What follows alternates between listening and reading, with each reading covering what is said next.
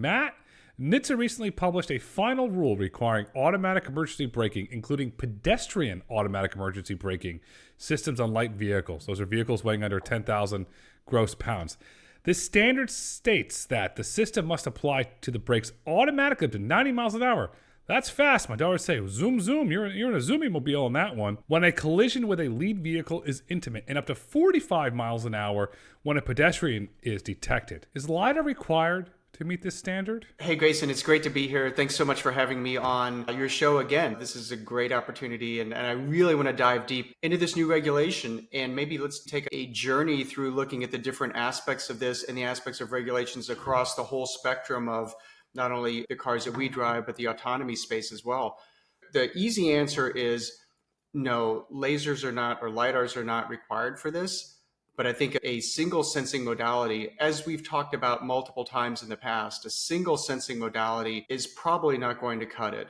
So I think that when you look at as we've talked about multiple times in the past, my favorite is, of course, radar plus a camera, an optical system.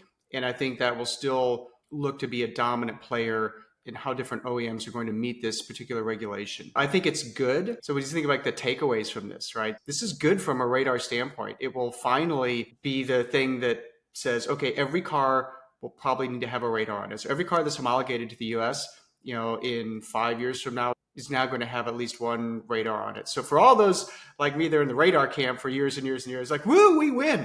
But I think it's important also to think about how is this going to push the radar technology, or is this going to be something that's predominantly achieved with the systems of today? We're going to see how that plays out over the next few years. Pushing radar tech, is that having a breakthrough? Is that developing a new radar chip? You have a background in DoD defense stuff, which is fascinating. We all saw what radar did for Texas Instruments during the Vietnam War. It changed everything. It changed the war. Do we have to have another major breakthrough similar to that we've had on the military applications with radar? That's a great question. I don't think so for this. I think that what you need to do is we need to make sure that what we do with the radar data is really hitting the needs of this particular use case. How we use the data versus needing some brand new technology. I would say that it's important also to contrast this particular reg versus full L4. L4 is much more of a driver for technology advancement than this particular regulation, or predominantly NCAP or other regulations. So I don't think you'll need much new technology, but you will need to make sure that you've sharpened the pencil on how you use the data. And especially as you look at some of the pedestrian AEB situations, basically how auto braking for when it's a pedestrian, not a vehicle in front of you, thinking how we really use that in low light conditions with using whatever we can from the camera to fuse that information in the best way possible. From the ranges they talk, or the speeds they talk about, I think it's 45 miles an hour for pedestrians, something like that. That's not a huge amount of sensitivity that you need for that. That's braking distances of less than 30 meters. So I think that you don't need to see 300 meters or anything to achieve that. But I think what you need to do is on the software side and on how you use the data products, you need to make sure that you sharpen the pencil on that so that you're getting what you want and mitigate the false alarms as best as possible. We'll probably talk about false alarms a little bit later in this. I know we will. I promise you. There's a lot of false alarms out there. They have it at school. Somebody thinks it's funny to pull the fire alarm and everybody has to evacuate the school. In a vehicle, sometimes perhaps it's a dot, sees something, the vehicle has phantom braking. There's a lot of vehicles out there, unfortunately, not just Tesla, but other vehicles that have the phantom braking issues there. I want to ask you, Apple had their worldwide developer conference the other day, and there was a big debate around data with the ChatGPT integration, how Apple is a privacy-first company. All the data is going to stay on the phone, and now it's going to the cloud. There's a lot of controversy around that. Stock sold off 2% after the announcement today. It's up 6.12%. Not sure why, because all the people that actually build the tech are starting to question Apple's motives there. But on the data standpoint, we've never really discussed this. And now you've got my curiosity hat on here. I'm in school with Professor Markel here. What data does radar generate? It's a great question. One of the things that as we look at one of the benefits of radar is its ability to be used in privacy sensitive applications. So whether you are in an automotive application or an autonomy application like this, or in home use or hospital use or whatever, the radar is a lot easier to make people comfortable with from a privacy standpoint. That's what's in the airport scanners now, and we kind of just accept that. There's a little bit of pushback in the beginning, but I think we realized like, okay, it doesn't have the resolution. It can't tell what I really look like in that scanner. So privacy is a big thing. But when we think about radar, we get a lot of, there's the canonical types of things that we get out of it. Radar people will talk about radar observables like range and velocity and the angular position. And then they'll talk about like with some extra processing, things like classification and micro Doppler estimations of like, this is a person, so we can see this person walking, or we can see that they're walking with a limp, things like that. There's types of information that we talk about on the radar observable standpoint. But I think the best way to think about radar is it's presenting back information about every angular location in its field of view and every range out that it's instrumented in terms of whether or not energy is there. And I think that's when we think about how we really want to use radar in these advanced applications, especially as we get into L4, that concept of surveilling the scene and letting the customers of the data know, yes, at 30 meters out in front of me and 15 meters off to the side at 20 miles an hour, I see no energy there, but I see energy there at 15 miles an hour. And that both of those two statements provide a tremendous amount of information to the consumer of the data. The fact that something's there is, of course, really important. The fact that the radar says there's nothing there can be equally important, because if you're trying to make, say, an unprotected turn or be able to do a complicated maneuver, you don't want to do that if there's somebody coming. And the fact that something's not there can be just as important to that decision-making as the fact that there is something there. Wow. I'm impressed. Professor Markel delivers again. Going back to the Apple analogy, does the data from the radar stay on the edge, or use the Apple term, inside the vehicle, or is that going to a cloud to get fused with the other sensors? Or where does that data from the vehicle application of that radar, where is that data living and where does it go? So with most applications, it stays on vehicle for a couple reasons. One is the offload costs, at least for OTA, for over-the-air capabilities, can become extremely expensive. And the other thing is if you're offloading it, you're only offloading it for use after the fact. I don't think any system that's operating today or will be operating in the near future is relying on off-vehicle processing for safety critical and real-time based events. Those are just, the latency is just too great to bear on that. We need to be making decisions in hundreds of milliseconds, sometimes even less, but typically on the order of hundreds of milliseconds. When we start pushing things up, we've all seen the situation where we're on the phone or something and it cuts out for a little bit. The data is like, why can I not get to ESPN? I need the score right now, and it's a little bit slower. Well, that's fine with it's a phone call, because you can ultimately just call the person back or wait a little bit, but not for safety critical situations. Those are extremely important that you get those decisions made in essentially near real time. The only way to really do that, at least from not only my belief, but what the dominant players in the industry would believe, is like that has to be done on vehicle. The data stay on vehicle, and then anything that goes off of that, well, we can decide, or the system developer, the system architect can decide what goes off vehicle that's their own decision, right? And they could take everything from the raw data. That's extremely, extremely expensive. And most of even the L4 players have difficulty saving all the raw data for every mile that they drive from the sensors. Or you can use some sort of compression on that. Typically, we will compress it into some sort of data products. And those data products could be like, look, I only saw these 25 things, or here's a range Doppler map, which is basically just that space I talked about before, highlighting where the energy is. And they save those as a lot smaller aspect of information. What impact does that have on the compute? Do these vehicles have to have a higher level of compute versus a traditional vehicle without the AEB, without all the sensors? Do we need a higher level of compute? And if you do, and from an electric vehicle standpoint, does that have a larger draw on the battery, or are these radar systems so highly optimized for efficiency that it doesn't really have an impact at all? So I think in 2022, 90% of the vehicles in the US, and 90% of the vehicles sold that model year, I think already had AEB on them. I think it's something like that number. So they've already factored the radar cost into the battery budget if it's an EV, or into the electrical system if it's internal combustion. The question would be like, do they need to change the compute and reallocate or increase the amount of power going to the computers. Basically, you pay for what you use, right? If the computer's sitting there idle, it's not drawing that many watts. If it's doing a lot of stuff, it takes more wattage. So that's something that we'll need to look at.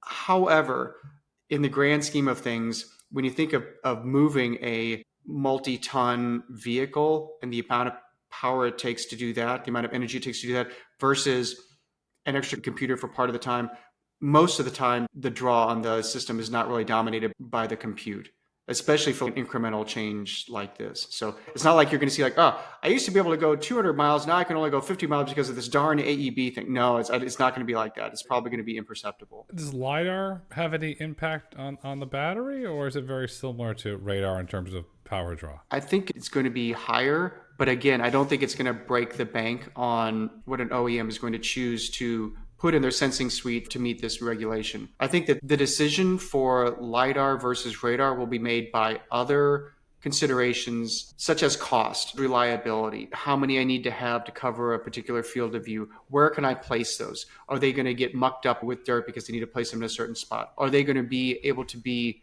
blended into the industrial design of the vehicle in a way that makes me happy to sell this vehicle? At Waymo, when I was at Waymo, we made a vehicle that very much focused on making the sensors front and center. And you saw all the sensing capabilities that were on there. And that was a conscious decision. Now, we tried to make them very pretty. The lady that leads their industrial design team was fantastic, and she had a wonderful team. They're very pretty, but they're not hidden. And I think that when you think about that mindset of these things have to be out there and they have to be able to be used, that was Waymo. They're a L4 autonomy company. They want people to see the sensors because it could potentially give a potential rider more confidence in the system. It's like, well, look at all these sensors on here. Yeah, I'll get into that. Look at all those things. Whereas if you're selling a BMW or a Mercedes or Tesla, those are the industrial design of those, and to not make the sensors front and center, that's more of their style. They don't want people to see the sensors. So that makes it even more difficult to integrate a laser or LiDAR system onto the vehicle. If a consumer is going to spend $100,000 on a vehicle, they don't want it to look like a Waymo. Waymo is a great vehicle. You don't own the Waymo vehicle, you use it, and you're right. The sensors build the trust with the public. Look at this, it's 360-degree vision. The Waymo vehicle with the eyepaces look beautiful. The design with the new sensor suite looks really nice as well. But if you're going to spend $100,000 on a personally owned vehicle, you don't want to see all this stuff. You don't want it to look like a Lego. You built it with a box of Legos. So you have to hide the sensor suite because that's what the consumers want.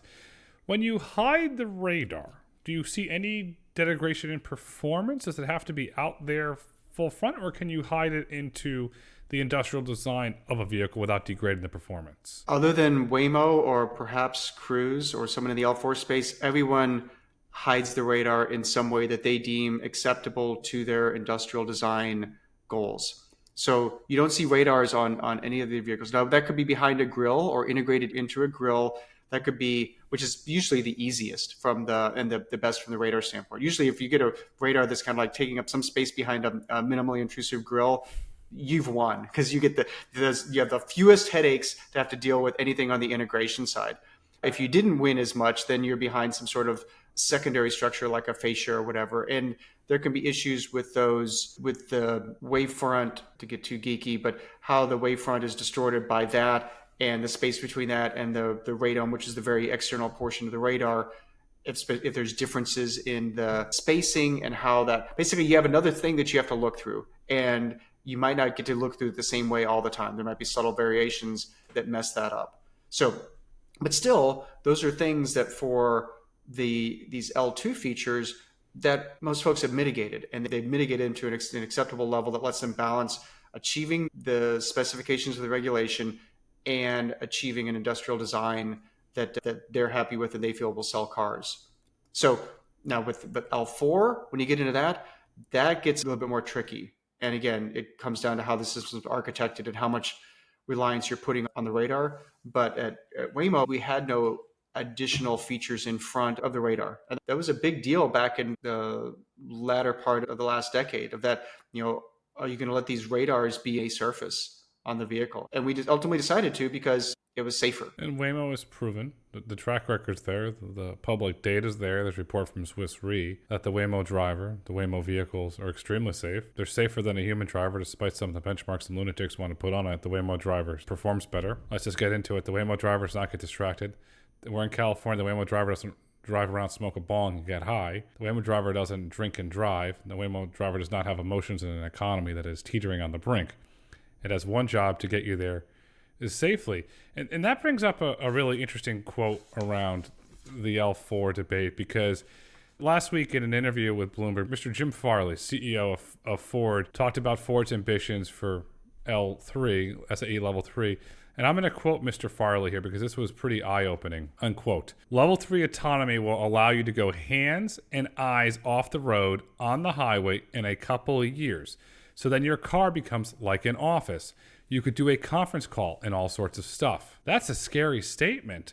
You were at Waymo way in the early days, and I think it must have been Mr. Brin or Mr. Page made a comment around the data from when Waymo was discussing level 3 before they went to level 4. And I believe I'll defer to you on this, but that it was reckless because the Waymo employees that were testing the vehicle would doze off and do all sorts of, they say silly things, stare at their phones and stuff. And Waymo, at that time, Google Self-Driving Car Project, made the decision to go L4. But yet you have a major auto manufacturer saying, hey, we're going to do this. Why do you think there's such a divergence in this technology and the way that companies are approaching different levels of autonomy?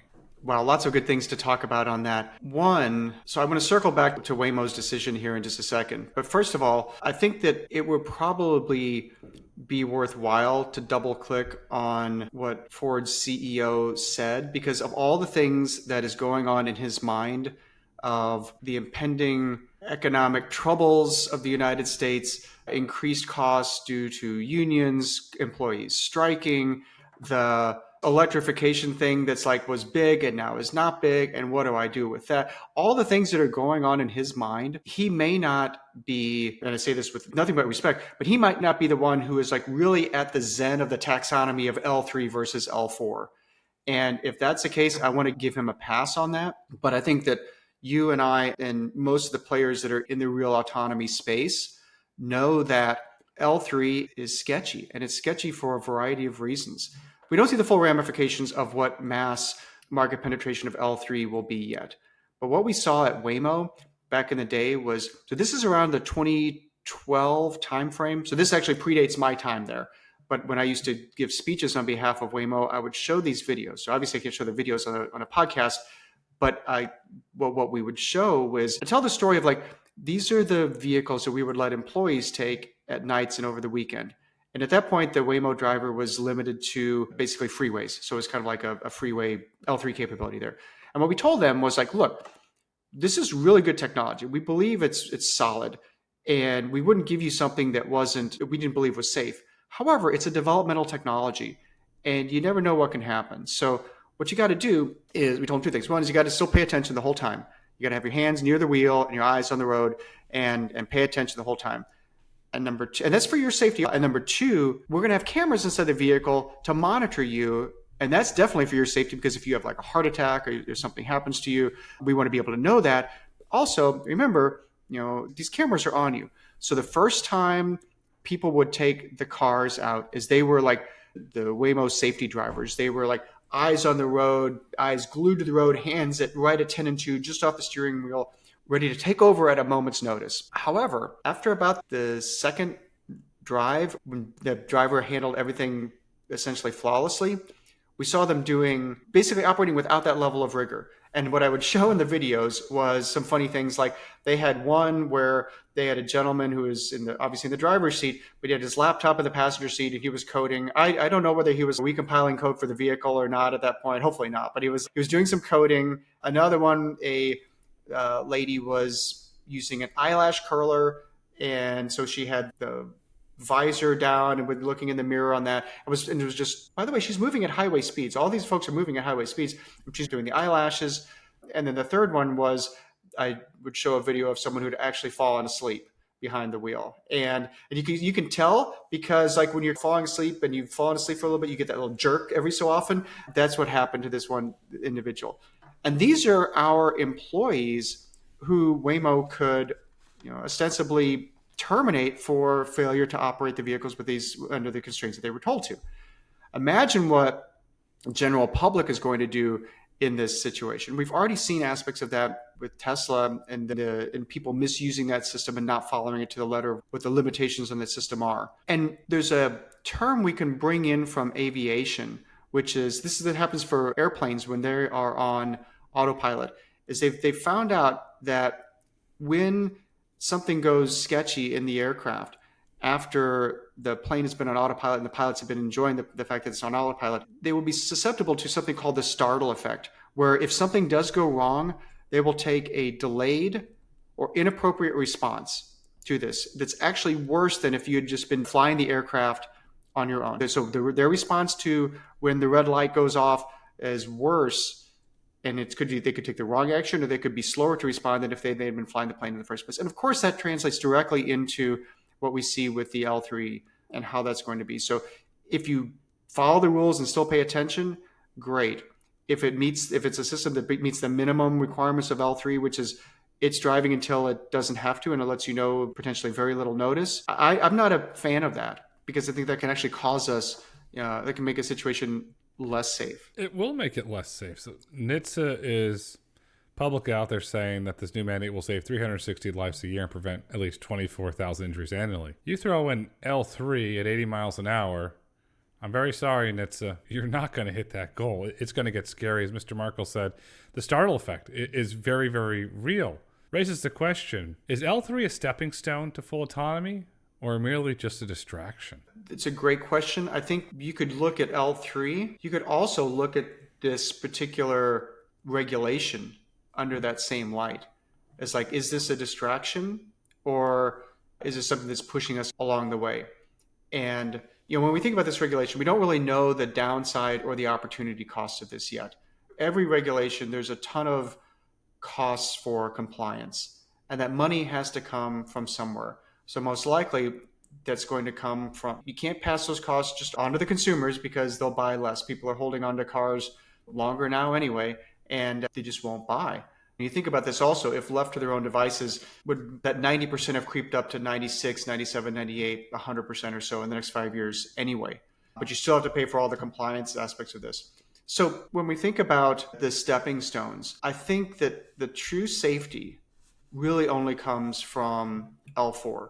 And if you look at their numbers on this, the 360 some odd lives, let's assume that their estimates are 100% accurate. How many people did we lose on the road this last year? Over 40,000. So we're talking about 360 lives, which are important, of course, but against the backdrop of 46,000 lives lost. So that's a small percentage. So is this a stepping stone to full autonomy? No. And is L3 a stepping stone?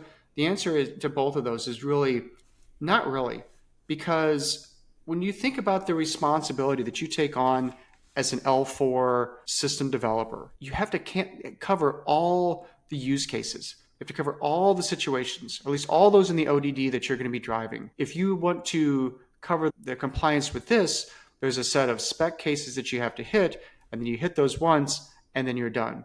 And there's no way that even at the length of this regulation at 317 or so pages, that's going to capture the completeness to test against all the different conditions that you would need to make an L4 system.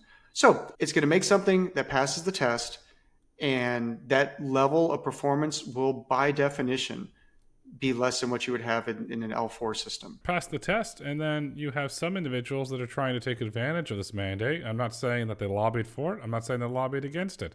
I'm merely stating the facts in this one. You had one sensor company in their Q1 2024 investor letter.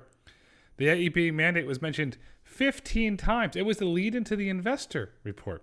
Not how our business is performing, even though their business is not performing very well and on the verge of bankruptcy.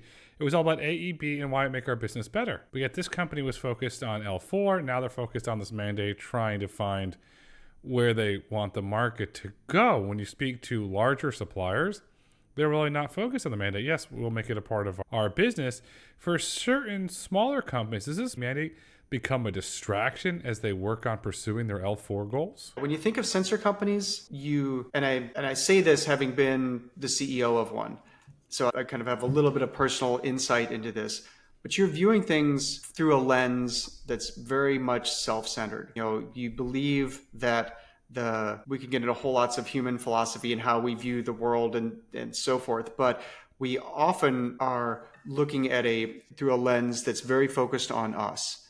And this mandate for that particular sensor company could be very big news for them. But in the grand scheme of things, I'm not sure that I would count on that. And by the way, this is a mandate that's out 5 years from now, right? That's really only has to be hit in 5 years. So if you need a particular laser or so whatever that at that time frame, and you need sales in 2025 for cash flow reasons, it's probably not the way to get yourself there. So I think that, it's important to realize whenever a CEO, or especially to an investor deck, some things like that, or earnings report talks about things, they're viewing that through the lens of how they sit in the world. And that may or may not be accurate for what someone else is viewing it as, whether that's another sensor type company in a different modality, et cetera. It might have been big news to the company. Investors didn't buy it. It's not the stock tumbling when they put out the filing. The market's not buying it. And don't sound disparaging at all on this, but it does seem a little bit like a Hail Mary, that this will be the thing that finally gives us the traction we need.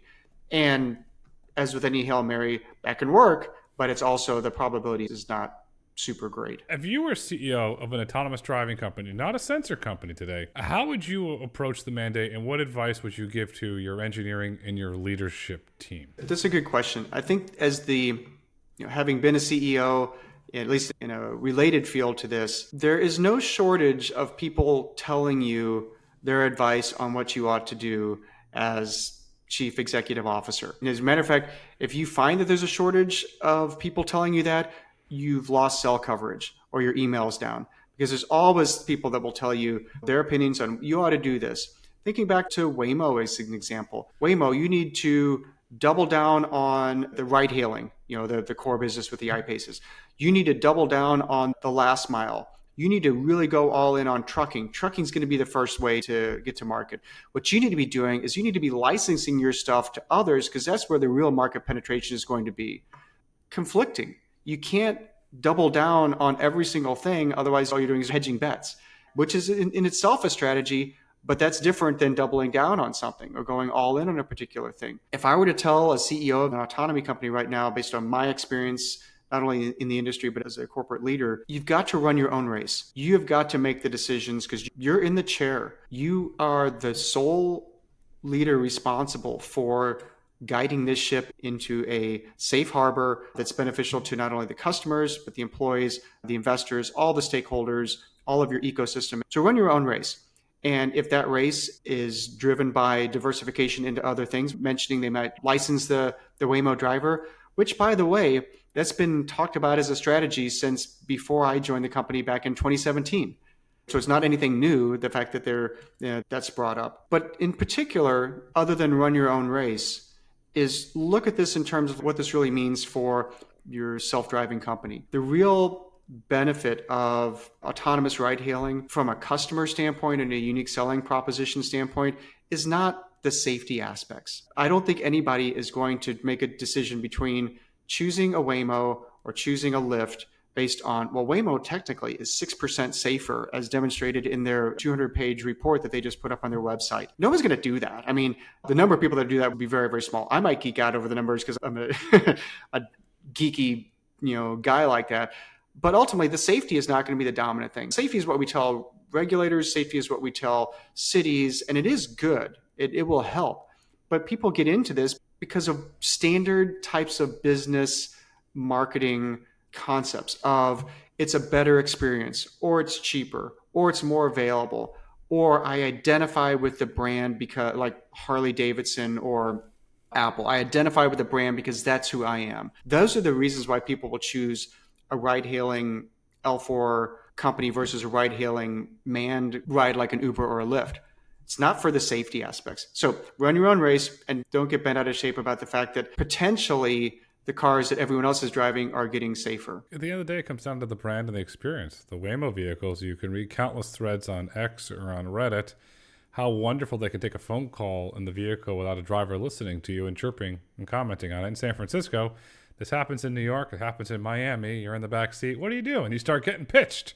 Well, I've got this, and this. Doesn't happen in a Waymo vehicle. And the other thing that's not highlighted enough, and I believe this really comes down to communications issues, the Waymo product is a consistent experience. Every time you get into an I-Pace, it's clean, it's consistent. That has to be highlighted and emphasized more.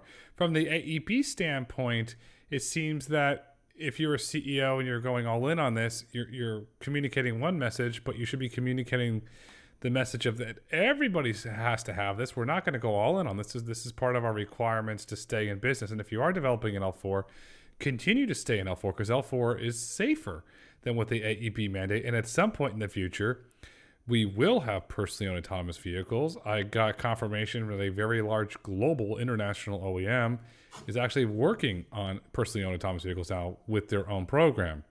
Well, when you have an L4 system, you and I both know the AEB mandate is met, and you're not going to get distracted. In your opinion, Matt, how do you see this mandate rolling out? Is it just going to be for the global automakers that don't have a personally owned program yet? And are they going to introduce it in the higher line vehicles first and gradually work their way down to lower vehicles? There's going to be a mandate says we got to do this. They're going to put it everywhere at once, jack the price up. And if they do jack the price up, you and I know what's going to happen. The consumer's just going to keep that older vehicle longer and longer and longer. Where it rolls out is a function of each individual vehicle line and the tech insertion opportunities along the way. So each line has like, okay, we're going to do a refresh at this point. And 5 years is a pretty long time frame to make sure that you've got a radar and ADAS system upgrade, somewhere planned into that. Some might be right away. Ruling talked about some vehicles are already there, that they hit all these just right out of the gate. So obviously they don't have to do anything. And then the rest of them will roll it out as it makes sense from them as a business. I don't think anybody's going to be clamoring like, oh, finally we have an opportunity to do this. No one's going to do that. It's going to be whatever makes sense from a business standpoint. Since rarely does safety actually sell, it's probably going to be towards the end point of that 5 years for the small section of people that don't have it today, through the end point of that 5 years versus the near point of that. But I think more than, well, at least one thing we haven't discussed yet is like, what are the unintended consequences of this? So I have a friend who bought a new car recently. He was driving a complete beater before. It was the car that we talk about like, wow, I've driven this since college. I don't think he drove it since college, but he's driven it for a while. It was like some, Toyota Corolla or something like that. Nothing against those, but it's like this thing had been around a while. There's a lot of miles on it. And I'm not sure even if the door is sealed up appropriately. You could probably upgrade a little bit here. And he finally bought a new car. And it's got lots of bells and whistles in it. It includes an AEB system, just like we're talking about in this regulation. But he has had a ton of issues with false braking on this. In addition, he's had so I haven't gotten a chance to actually look at any of the data or anything on it, but it sounds like he might be getting hit with RFI from other things in the environment as well. And now that RFI is tied into, RFI is radio frequency interference. So it's something that's not a signal you sent out coming back. It's like, it could be another radar. It could be something else. It could be something else operating in that band. And if the signal comes back, it's confused in the radar on your vehicle as being a target of interest and something you need to take action on. And now you take action on this, but it's something that's fake. It's a false alarm basically generated by other RF energy in the scene. And it happens like at the same intersections, and it happens to him like about not 3 times every 100,000 miles, but like 3 times a week. And that's a huge amount of falsely activating the brakes. Back when I was at Waymo, that was one of the big deals, was like, yeah, we want to be safe and not hit things, but if we're hitting the brakes all the time, people are going to rear end us. And that's just not acceptable. That's not what we as a society allow other drivers to do and allow them to stay on the road. This is not playing by societal's rules of how we will drive. So when we think about this, unintended consequences, are we going to see more false alarms and the ramifications of that? I think when you deep dive into the documentation with the regulation as well, it does talk a little bit. This is a step in the right direction, but it's, as in many cases, it's not far enough to really be incredibly useful. They talk about false alarm tests for the radar. And I believe that they are, driving between 2 other vehicles and something like there's a steel plate in the road, like a construction plate that you have to drive over and not activate the brakes, not false alarm on that and activate the brakes earlier than there's a certain amount of tolerance in there for what you could do. But basically, you have to be able to drive through those situations. Okay, So you pass that test. What are the other situations? Are you going to be able to do that in the rain? Are you going to be able to do that in the presence of a billboard off to the side or a box truck off to the side? What are all the other things that go into the real world that you have to deal with now that you're going to have to be, not only worry about the system driving or the driving the car, but also, is it going to, at a moment's notice, lurch you forward with a false brake? So as we start thinking through this, the unexpected consequences of this are something that we should think through. The other thing, when we think about the unexpected consequences, is there's a lot of language in there about keeping you from turning this off. You can't, as a dealer can't put in there, an OEM can't put in there the capability like, well, I'm just going to turn this thing off, like I'm going to turn off cruise control. It can't. There's some language about maybe you can have a workaround if you put it in like towing mode, but usually that's a different gear selection criteria as well that goes into that. So that's not something you want to do. So in terms of unintended consequences of that, let's think of that. Okay, now let's say the system has a failure, and it's not operating, it's causing false brakes all the time. You can't turn it off and get it to the dealer. So now you have to make something where you have to call in and get your vehicle towed to the dealer to fix this thing, because you can't just turn it off and drive it there yourself.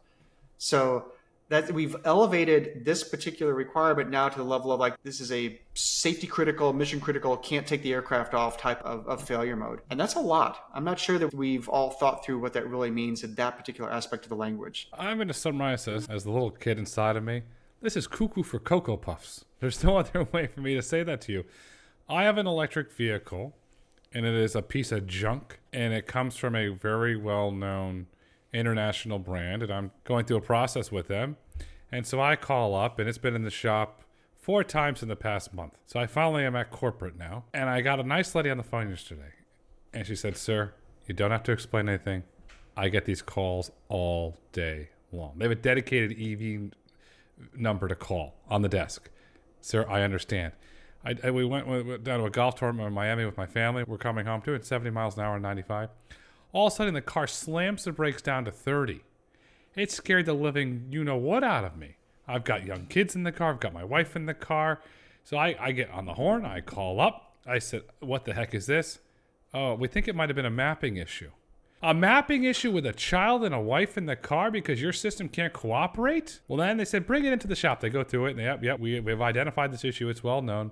We're going to have to plug the car in and update software. You can't do it over the up-to update. No, you have to come into the dealer to do this. So if somebody rear-ended me with my family because of a malfunction in their system, which is very similar to this AEB mandate, who's to blame? Where's the liability lie? Does it come off of my insurance? Does the liability lie with the manufacturer? You talk about unintended consequences. There's going to be a whole bowl of pasta of unintended consequences that's going to come here. We have to think through it. And I'm going to say something very controversial. How many crashes will this cause? Because clearly the traditional OEMs do not have the technology figured out. Beat up on Tesla all you want. They understand over-the-air updates. They're gathering all that data. Beat up on Waymo if you're in San Francisco. Waymo has the data. They understand how to finely tune these things. You know from firsthand experience. We have to think through these. Do you feel that this AEB mandate was rushed through and not truly thought of the first level? And I'll give you a term from Howard Marks, the famous investor. The second level thinking. Did nobody think of second level thinking when they were putting this mandate into place? I'm not sure. So I wasn't in the room when these discussions were going on. But just looking at this from a human nature standpoint, it may not matter. If your goal, humans are driven, especially humans in the workplace, are driven by goals that are set for them by someone else typically. And if your job is to hit those goals, then really the unintended consequences or these other things that you have to deal with, those are just those are collateral damage in what you have to do to achieve what's been told to you as your mission. So I don't know whether they thought about that or not. I think if you read in the 317 pages of this, there's they did a decent job of commenting on all the reviewers. So they came up with like a draft version of this, sent it out for review and comments, and they got a bunch of comments back from everybody in the space. And then they tried to respond to the comments, but a lot of the times their responses were like, "We hear you, but we want to do this anyway." Or we believe that this is better than that. So, it's not really a level 1, level 2 thinking question. It's like, what is the ultimate mandate that they're trying to achieve? If your goal is if this is part of a larger system to produce more regulations on safety, then this meets its goal. For those of us that live with it and drive the cars that are based on that, I think we might ultimately or unfortunately be collateral damage in this case. President Reagan had the great saying, "Hi, I'm here from the government to help," some of the scariest words in the English language. And it's clear from reading the comments there that, "Hi, we're here from the government to help." You don't want to listen. You just want to do what you want to do. And President Reagan so elegantly summed it up, which raises the question, where do we go from here? That's a good question. So here's what's going to happen. People are going to have to put this in, right? This is a requirement. They're going to have to do more testing. There's going to be costs that are required to ensure compliance. And those costs come from something, right? You can pass some aspect of that on to the consumers, but the rest of that is going to come from other things that automaker may be wishing to do for their corporate needs, which might be increased autonomy, because they believe that truly increases safety and is a feature that if they can make it safe, people will really want to have. I've talked before on some different media events about everybody's kind of like waiting in this kind of detente of no one's really pushing for capability from an OEM. But as soon as somebody does, that opens the floodgates and now everybody's going to do it. Everybody now is like waiting. It's like, well, no one else is doing it, so we don't have to do it.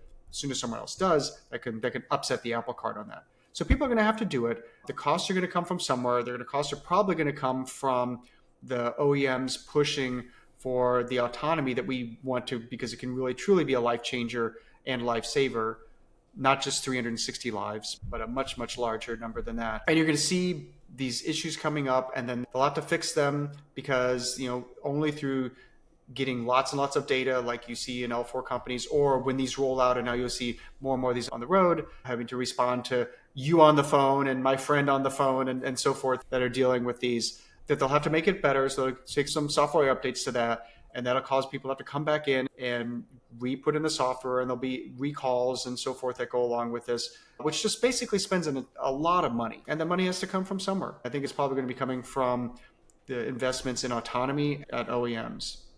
At least that'd be one of the places, if I was a CEO of an OEM, I'd be like, well, we're not getting strong push from autonomy.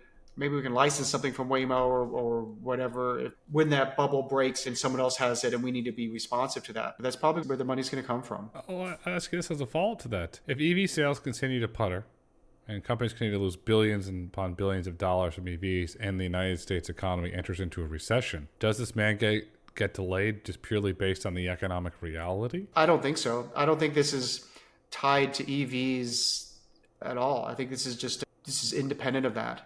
And really, it should be.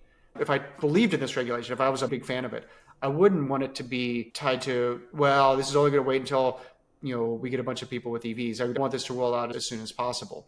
I'm not a huge fan of it for the reasons we discussed earlier, at least because we're not sure of some of the unexpected consequences and issues and opportunity costs that come with this. But either way, whether you like it or not, I don't think it should be tied to EVs. And I don't get any indication right now that it's going to be delayed, especially when you can say things like, well, 90% of the cars already have some aspect of AEB, and maybe they needed to tweak the software a little bit to make sure they get hit the ped in those cases. Well, not hit the ped, hit the requirements for pedestrian AEB in those cases. I don't think there's going to be a lot of tolerance for delays with this particular regulation. Well, there could be, there could not be.